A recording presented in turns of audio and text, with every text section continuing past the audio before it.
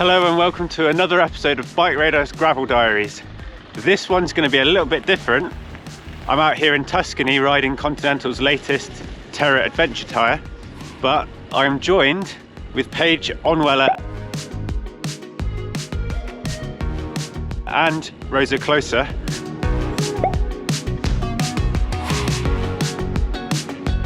Who are going to spill the beans on all the latest pro gravel tech secrets.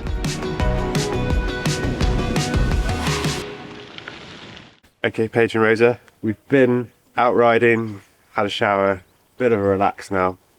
So now it's time to dive into some questions. I'm going to start with a question for you, Paige.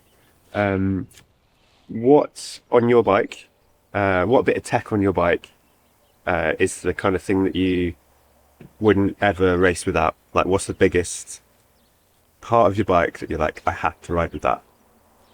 Oof. Just one thing? Or can I pick a few? What's a nice little... Like a bonus? Nugget. Yeah, like a, ooh, that's cool. Yeah.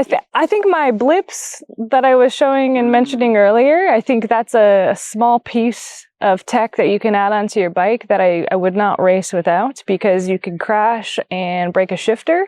You also can have a battery malfunction or mud get clogged. And so it's a really nice way to have an extra way to shift, and I think that's really important because I don't want to be out there single speeding. So yeah, and it's small and easy to add to your bike. Rosa, how do you balance comfort and speed over a longer gravel race, like Unbound, for example? Yeah, I guess comfort is certainly a consideration at a race like Unbound. However, the speed is really important as well.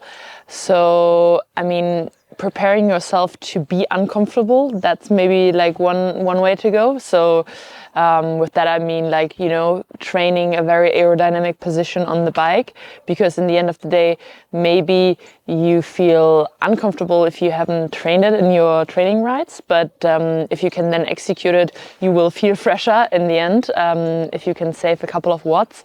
But of course, I mean, also choosing a wider, more comfy tire plays into that, because it kind of works a little bit as like a suspension if you have a bit more volume, and I think that's definitely also a key to success. Well, so far the ride has been absolutely stunning. A real mix of terrain to test these tyres out on, but we've got a river crossing. See how wet my feet get. Pedal hard! Go, go, go! Pedal hard, pedal hard! Ooh, nasty. Yes! All right, there we go. Nailed it. Paige, one for you. First of all, do you like to spin up hills or do you like to just grind it out? And what's your gearing of choice? Like 1x, 2x, how do you get that right? Yeah, so I'm a bit of a masher on the hills, but I also like to stand. So kind of depends on the terrain. And also the hills sometimes provide some variability. So standing sometimes feels quite nice, especially after long, steady pedaling sections. And yeah, I definitely prefer a 1x, and I usually run a 48 with the 1046 if I'm doing the 13 speed on SRAM, because I like the quickness and how it shifts much more like a road feel, and the spacing on the cassette is closer. But a lot of the gravel races have steep, gnarly climbs, and so the transmission offers a better ratio to keep a 48 up front and have the 1052 in the rear.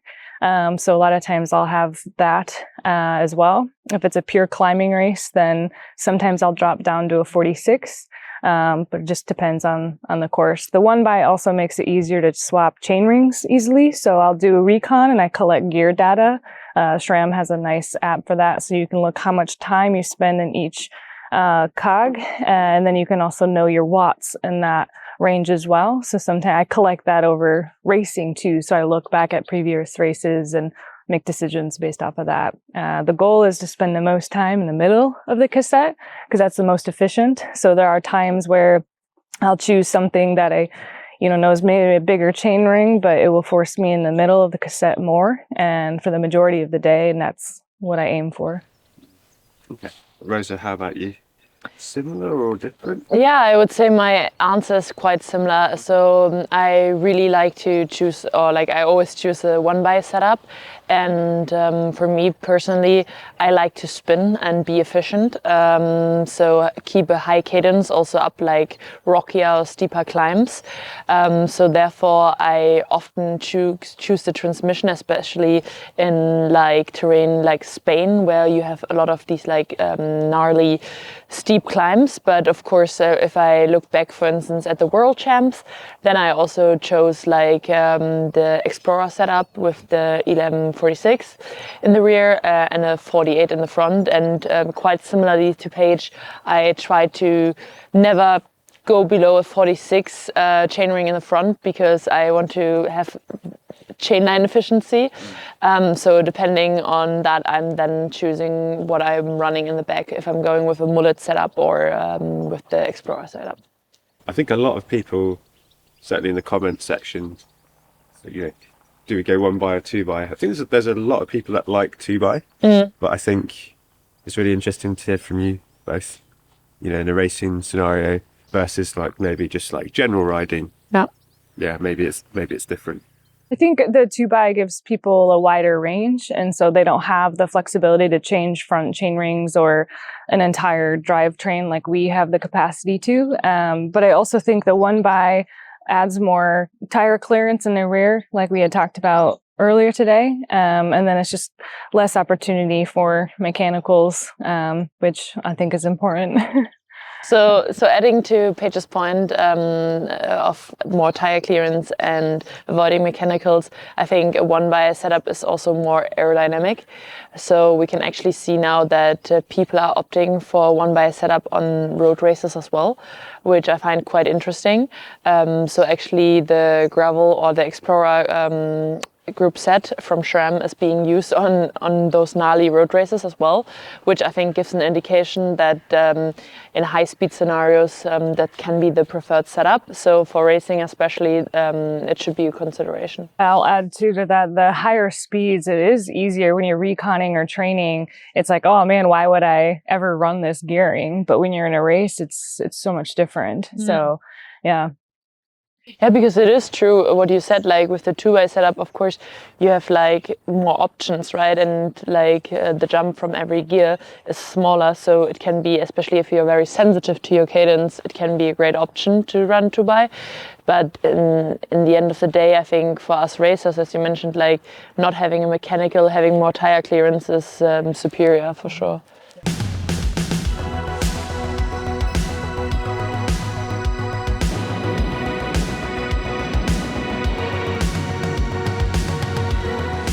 Okay, so tyre width, which, you know, in the context of gravel racing is the hot topic. So have you kind of settled on a width, or is it just the widest tyre you can get in your frame, or does it change between races? Yeah, what's your thoughts? Paige first. Yeah, I mean, it's a very complicated question right now, but I think that it really depends on where you're riding and racing. That's a very important question to first ask that. I think that for me, I like riding a wide tire most of the time. So almost always, at least in the US gravel, my choice will be running a 2.2 in the front and then a 2.0 or a 50 in the rear if I'm racing on my Checkmate, which is a more racy, snappy bike. And then my Checkpoint can run a 2.4 in the front and a 2.2 in the rear. And so, you know, it really just depends. And what's important to notice is that the extra volume helps avoid flat. So you can run a lighter casing tire because the added volume then adds protection. Whereas a gravel tire is narrower, and so you're running higher pressure and you don't have that extra volume. So a lot of times you're running a heavier casing and it will make the tire slower. And so that's why we're seeing everyone talk about the data behind the mountain bike tires being faster than the gravel tires, but they aren't comparing necessarily the same tire or even casing. So I think that's where this topic is like highly debatable. And so for me, I also look at the average speed of the race because there's some debate with wheels and which wheels are fastest with wider tires. And I like running a deep dish wheel if the speeds are high, or it depends on the yaw angles that you're anticipating on the course. So if that's the case, then I like to run a 45 with my aero wheel, and I feel that's a better setup and faster. But yeah, it really depends on what the goals are for the race and what the gravel is like. Okay, Rosa, how about you? What's your sort of tyre width of choice? Yeah, for me, it also highly depends on the kind of course. Compared to Paige, I do lean on 45s maybe a couple of times more in a year, just because I'm located in Europe. I do a lot of European, really fast UCI and snappy racing.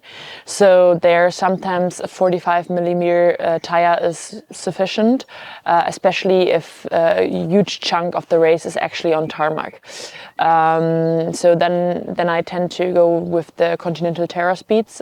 It's a really fast tire. It has a road feel and it corners incredibly well, which I think that's like where I differentiate mostly between whether I'm choosing like a 45 or a mountain bike tire, because also to add to the great list and remarks that Paige made, so I can actually not add much more into her considerations, because those are exactly the ones that I would make.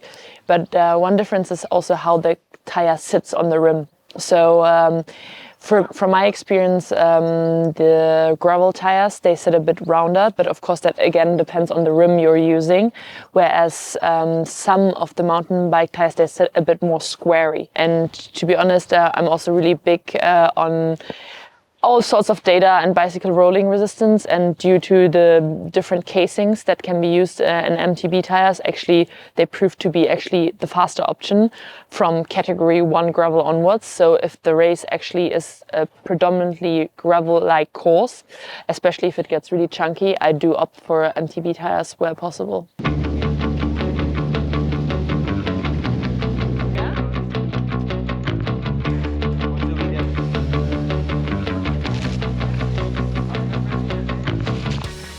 Contact points of the bike. So Paige, how about you? What's your cockpit setup like?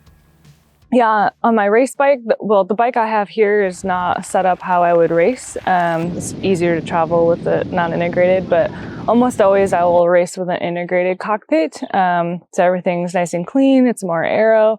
That's definitely my preferred setup. And then, yeah, I'm running a 37 width bar. And then, yeah, I think the other contact points is your saddle area, and that's really a big one, especially for females. And in an aero aggressive position, it's a lot of pressure and can be quite uncomfortable. So saddle is very important, but also just strong core and upper body, and how even your front part of your body and your arms interact with the front end can really change how your saddle contact point is too. So that's important to factor in. And then, kind of bringing this all full circle is the tire pressure you run also impacts the jarring that you have over gravel. And I think people don't fully appreciate that. So that'd be the other point of contact. Another one people don't talk about is shoes and feet, especially for long races. Most of the pros are on a really stiff carbon plated shoe. And that can be interesting because it's quite uncomfortable over long durations. So I actually prefer to race on a road pedal, if it's not muddy at least. And I feel the power transfer and the contact point of my foot is more comfortable on the longer races as well. Yeah, I think those are the main contact point areas, if I answered all of those. That's funny. Liam, my colleague and presenter on the channel, would agree with you on the road pedals. And everyone's like, what are you doing? Mm-hmm. But there you go. It's not just him. Mm-hmm. How about you, Rosa? What's your setup like? I also run a fully integrated cockpit, which for me, aero is key.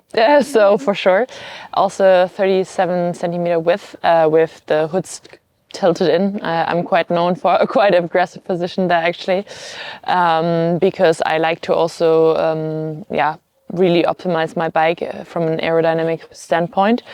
And then referring to the debate on like the saddles, I think it's also incredibly important to have a saddle that supports your position. So I'm actually using the Wove Mag saddle. It's you could say like a smaller saddle brand that actually emerged in the triathlon space. So actually, if you look at the saddle, it will maybe remind one or the other person of like more of like a triathlon saddle, and it gives incredible support, especially like in a very aggressive position. So I think that has really contributed to me being able to hold the position longer. And then also setup, I do also really like my blips. So I do run my cockpit with blips because for me it's like really key. Actually, I was joking with someone before Unbound when they asked me about my setup. I told them, yeah, I have the blips, I'm ready for a sprint. And everyone laughed at me and was like, there won't be a sprint. But yeah, I guess proved them wrong. And they were helpful. Yeah, and what else? I mean, shoes. I actually started off with road cleats as well, but I switched completely, and now I'm strictly or almost like always using MTB cleats because I feel like it just gives you a quicker reaction time. So especially in gravel races now with the growing women's field and the growing peloton, there's always a crush. And I just feel like it gives me this like 0.05 second advantage to click out quicker and maybe avoid the crash in front of me. That will then save me valuable time in the race. And yeah, so I'm opting for MTB pedal. Whew, that was quite a tough end to the first half. But we have something nice to look forward to now.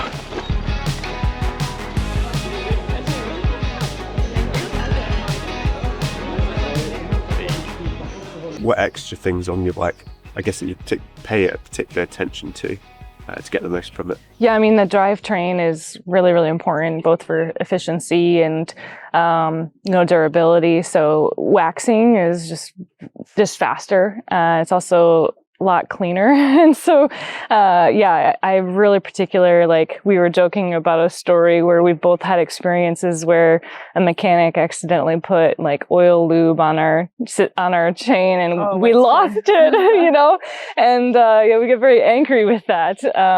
Yeah, so gone are the days of the black, marks on your calf or hand.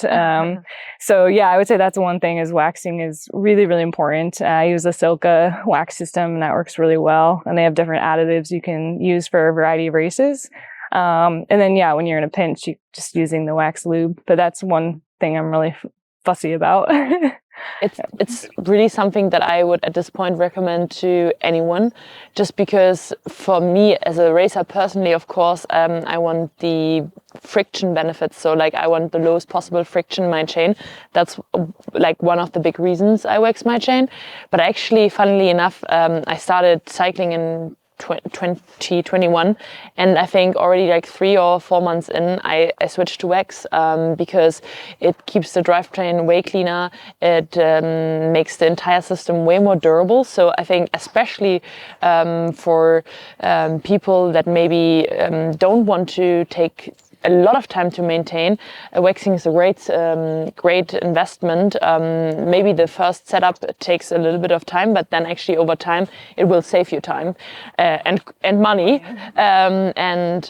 So I'm actually really particular. So I actually try to experiment with the additives that you can add to the wax. So Silka has a system where you can add like an endurance chip or a speed chip, and depending on what kind of race you're doing, so the distance, I then sometimes add a speed chip because I know it's a short race, but I want like that 1% extra benefit of even lower friction. Or if it's a longer race, such as like for instance Unbound, then I add like an endurance chip because I want to make sure that my chain runs with the lowest possible friction for the entire duration of the race. I've actually come back to oil live this year. Various reasons, but you're in a different league. But I know our audience is very hot on chain waxing, and yeah, I think there's more and more like products out there to help make it easier. If you're not a sponsored rider, the top end chains, even like if you're replacing them regularly, also quite a considerable cost, isn't it? Yeah, for sure. But do you find you're getting more more miles out of your drivetrains? Yeah, I mean, there is good evidence to show that it will increase the longevity of your equipment. Yeah. I actually must say, because for me this entire like professional world is a bit newer, so I think even last season I was like quite new in the scene and like still a full-time PhD. I had a couple of sponsors, but certainly not on all dimensions, and I still waxed my chain. And actually I also have like a chain wearer, like a measurement tool. And funnily enough, I think some of the chains that I bought in like 2022 and I put at least like 10,000 kilometers on it, they were still fine. So I would definitely say that chain waxing increased the longevity of the chain, yeah. I feel a bit heavier after that. And the sun's gone out.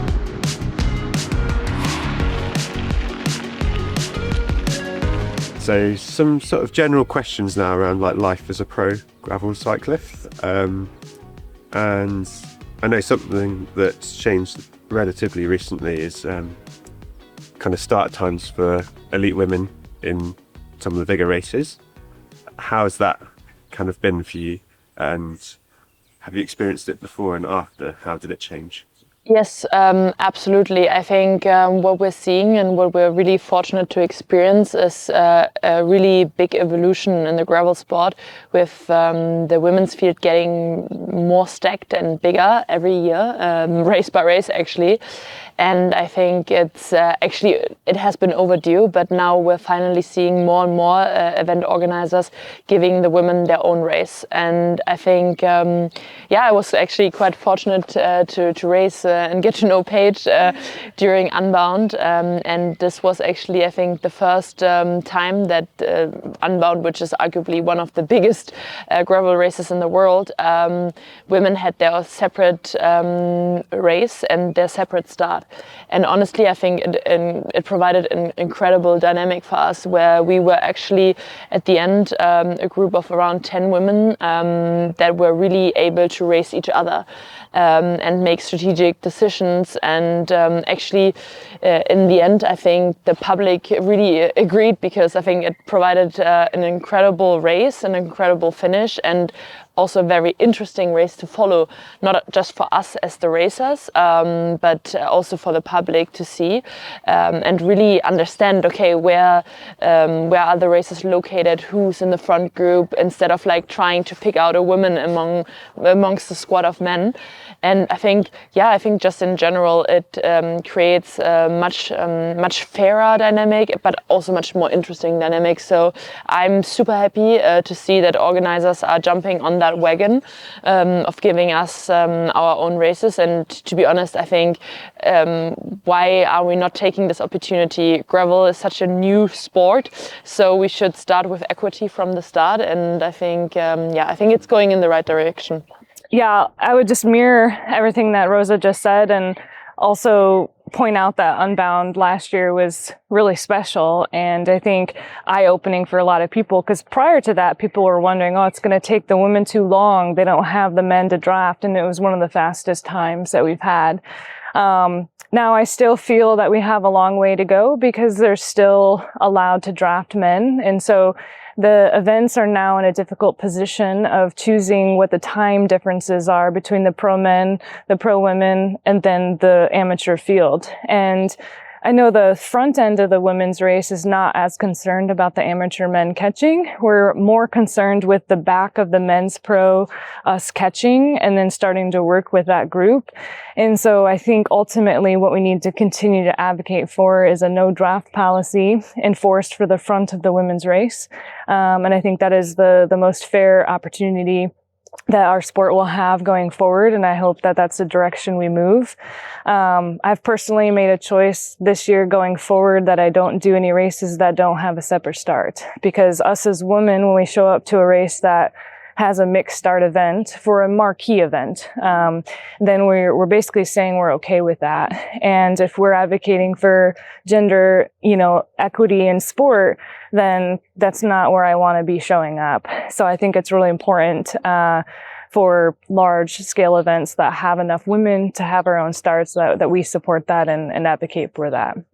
But yeah, I remember when I won Big Sugar in 2022, I didn't even know I was winning because I didn't know where any of the other women were. And I think I was winning, but I kept telling myself, like, don't celebrate. Like, who knows, there might be a woman up in this pack of men that you couldn't see.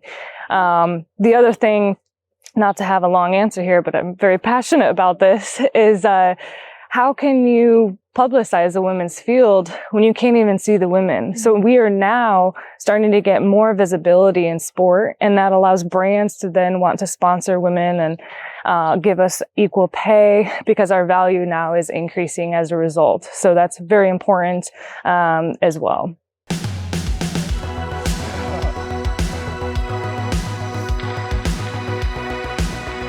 Rosa, have you got us lost? Sorry? Have you got us lost? No, because Paige was like, let's take a shortcut. I think it's just straight now. Okay, this is like a single track. Exactly, and we would get out of here usually, and now I think when we're going straight, it's called the fun cut. we cut off 3K from the route. Yes, oh. we get warm showers. Yeah. I'm with them.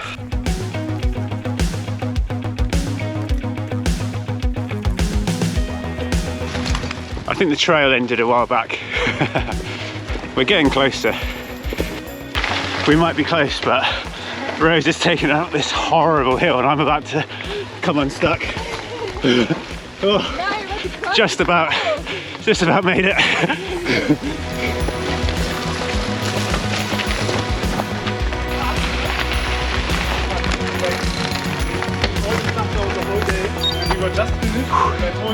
Are you still able to have fun on the bike, or is it, I know both of you, you're at the very highest level.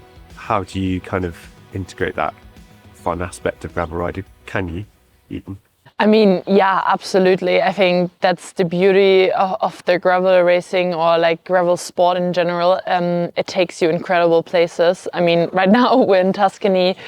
We were fortunate today to do like an amazing gravel loop by the ocean, and like, have the ocean in the background and descend like nice trails, and just go different places and explore. And really it takes you to countries that you never thought that you would maybe go to for races. So I think that's really the beauty of it, and like getting to know new people, new communities.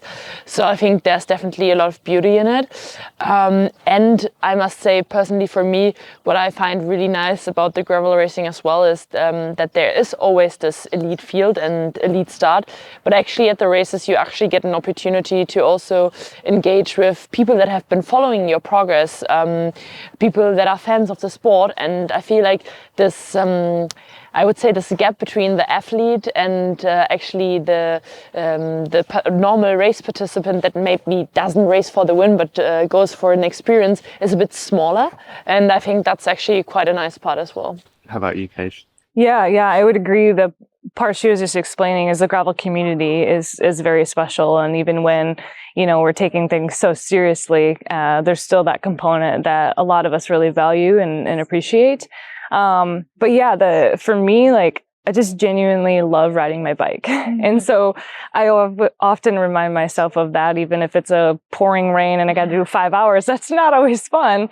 But, at the end of the day, like, I am doing what I love, and I try to focus on enjoying the process. And it has been hard when this becomes your full-time job.